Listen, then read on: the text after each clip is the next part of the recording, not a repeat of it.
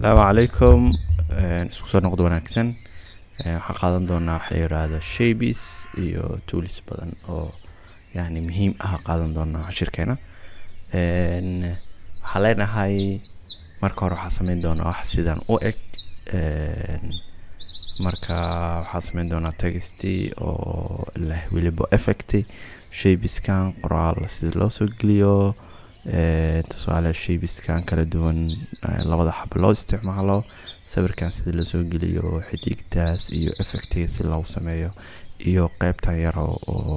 wax looga u eg laakiin aan rabno in aan ku fahanno qaabka loo sameeyo textigaas qaybta kor maray iyo midkan qaybta hoos maray. marka ujeedkeena waxa waa in aan fahanno yani qaabka loo sameeyo circle-ka lagu dhex qoraayo qoraalka. marka soo dhawaada cashirkeena, waa muhiim iskuna daya in aad sameysaan oo ku celcelisaan. marka hore waxaan soo furanaynaa cabir, waxaan soo furanaynaa waxaa leenahay control n ama waxaa dhihi kartaa haddaa u baahato file kadibna new kadib waxaa leenahay inta waxaa gelinaysaa marka centimeter dooro. centimeter markaa furato waxaa leenahay inta tusaale 15 inta waxaa leeyahay 15 kadib meeshaan kale waxaa leeyahay 10. okay, inta waxaa ka dhiganayaa 300 maadaama cabirka uu yar yahay resolution si fiican saa uu arko, laakiin cabiradaada hadii waa weyn yihiin resolution ka la iska yareeyaa culeys oo kaaga noqon computerka. create aan leenahay sawirka waa soo gelinay waa kana kadib waxaa leenahay sax saar. okay, waxaan u baahanahay shapes inaan soo gelino. shape-ka soo furo kadib waxaa leenahay ellipse tool kadib waxaa leenahay shift adoo haayo soo fur soo jiid kadib markaa soo jiidid sidaan kugu soo baxaya. marka haddaadan shift qabanin shape-ka afarta dhinac islama ekaan doono. marka waxaa leenahay qaybtan qabo jiid adoo shift haynin, mar haddaa soo geliso shiftiga ka foqaysaa. marka waxaa leenahay shapeska meelahan camal noo dhig kadib waxaa leenahay okay waxaan leenahay xogaa intuu sikay kadib abobsiinayaa si hadhow waqti badan aan idinkaga cunin. midkaana u baahan tahay duplicate ka dhig xagga imaan right click kadib waxaa leenahay duplicate layer kadib waxaa leenahay ellipse tool magac iskaga qoro saa u fahantid.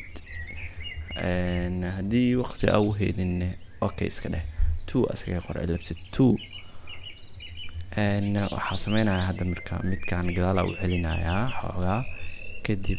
saxa saarayaa asagaa dooranayaa double click aan leeyahay kadib waxaa dooranayaa midabka kabtaana ka dooranayaa xoogaa kadib waxaa leenahay xoogaa like this click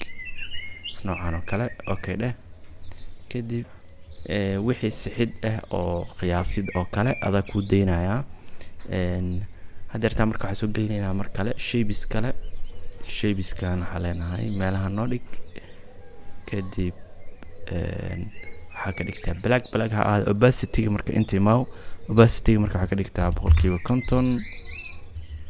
kadib markaa dhahdeed qaybtan hoose imaw hoos soo deg meeshaan. haddii join oo yahay yani uu isku xiran yahay oo kale waxay noqonaysaa in afarta dhinac ka bedeli kartid cabirka. marka yani waxa ka wada round ina afarta dhinac ka dhigtid. marka aniga uma baahni afarta dhinac inaan round ka dhigo, waxa u baahanahay in aan sameeyo hal dhinac tusaale halkan dhinac oo kale. marka jointiga waa kala furayaa ku dhufo kadib waxaa leeyahay boqolkiiba yani ama 50 pixel oo kale kadib waxaa leeyahay enter kadib waxaa ii soo baxay noocan. waxaan sameynayaa qoraalka meesha shape-ka meesha ii yaalo waxaa soo gelinayaa marka shape kale inta xidigta. waxaa leenahay polygon-ka soo fur kadib waxaa leenahay meeshaan setting imaw kadib waxaa leenahay starga marka waxaa ka dhigataa tusaale 50% kadib waxaa leenahay ku dhufo okay dheh wax noocan oo kale soo baxaayo laakiin anaga ma rabno noocan. waxaa leenahay inta waxaa ka dhigtaa 5 kadib waxaa leenahay enter waxaa leenahay negatirkan soo fur waxaa leenahay waa kana 5 markaa ka dhignay عادي noogu soo baxay marka xidigtaana waxa keenayna meeshan marka waa yareysanayna xoogaa meelaha camalkeen shift qabo gees kasta u yareyso xoogaa kadib xalena kasta noocan oo noogu soo baxay waxa ka dhigaynaa gadaal nooc oo ahaa tusaale gaduud biyo ahaa marka xalena horta yareey xoogaa yareey meelaha camalgey waxa sameeynayna duplicate ku sameeynayna right click kadib xalena duplicate kadib okay iska dheh xalena soo yareey meelaha camalgey yareey meelaha camalgey okay xalena soo dooro waxa ka dhigtaa horta kan kore waxa ka dhigtaa midabkan nooga dhig okay kadib asagana waxa ka dhigtaa isla midabka laakiin opacity-ga yareyn doonaa oo khafiif ka dhigi doonaa marka waxa ka dhigaynaa tusaale 50% meesha marka waxa nooga muuqdo line kale oo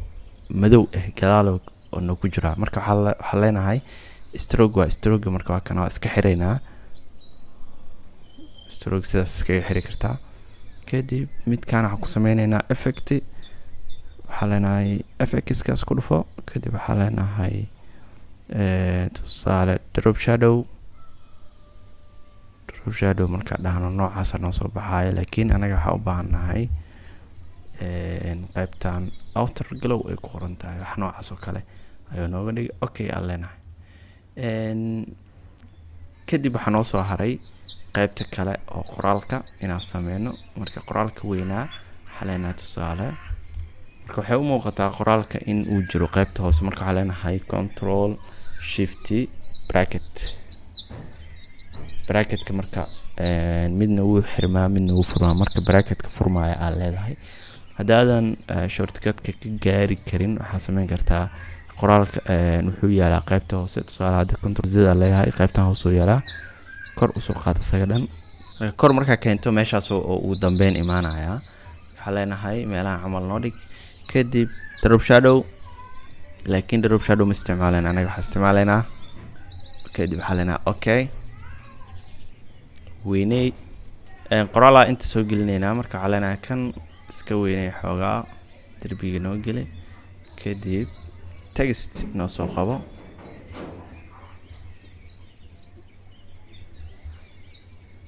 ilaa iyo meelahaas noo gaarsii marka qoraalka uu weyn yahay waxa leenahay tusaale qaybtaan ku dhufanaysaa markaa ku dhufato capital y capitalka ka qaad small ka dhignay kadib waxa leenahay regular ka dhig meesha uu ka yahay kadib waxa leenahay okay marka align hada u baahatan waa kana qaybta hoose waxa noo geysaa right kadib qoraalka hadda hoosto iskaga jira waxa sameyn karnaa space-ka u dhaxeeyo in xoogaa wax yar ku darno sadarada ina space-ka u dhaxeeyo sadarada ina xoogaa ku darno kadib waxa leenahay okay alignment waa muhiim ina sameysid oo tusaale qoraaladii casharadii hore waxa ku soo qaadanay oo theory-ga ahaa alignment-ga in design-kaaga qayb muhiim ah ka qaataan qoraalkan hadda yaryarka iyo qoraalkan weyn alignment ina u sameyso oo xiriir ka dhaxeeyana la rabaa hoos imaanayna kadib waxa leenahay tusaale qoraal inta noo soo gelay kadib waxa leenahay tusaale halhaye graphics marka qoraalka weli .com raacsi qoraalka marka weli wuxuu sameynayaa capital helaad noo saar double click leh kadibna intii ma soo fur marka soo furto textigan ka qaad labada xabo kadib waxa la small caadi oo noqonaa waxa leenahay meelaha camal iska soo dhig xoogaa yara weynay kadib meelaha camal noo dhig waxa leenahay okay kadib sidaas ku dhaaf marka waxa noo harayo qaybtii shape-ka iyo qoraalka iyo iconka loogada ka koobneyd oo la gelinahay qaybtaasna waxaa ka dhigan doonaa cashirkeena xiga insha Allah waa inoo cashirka xiga. Wama santi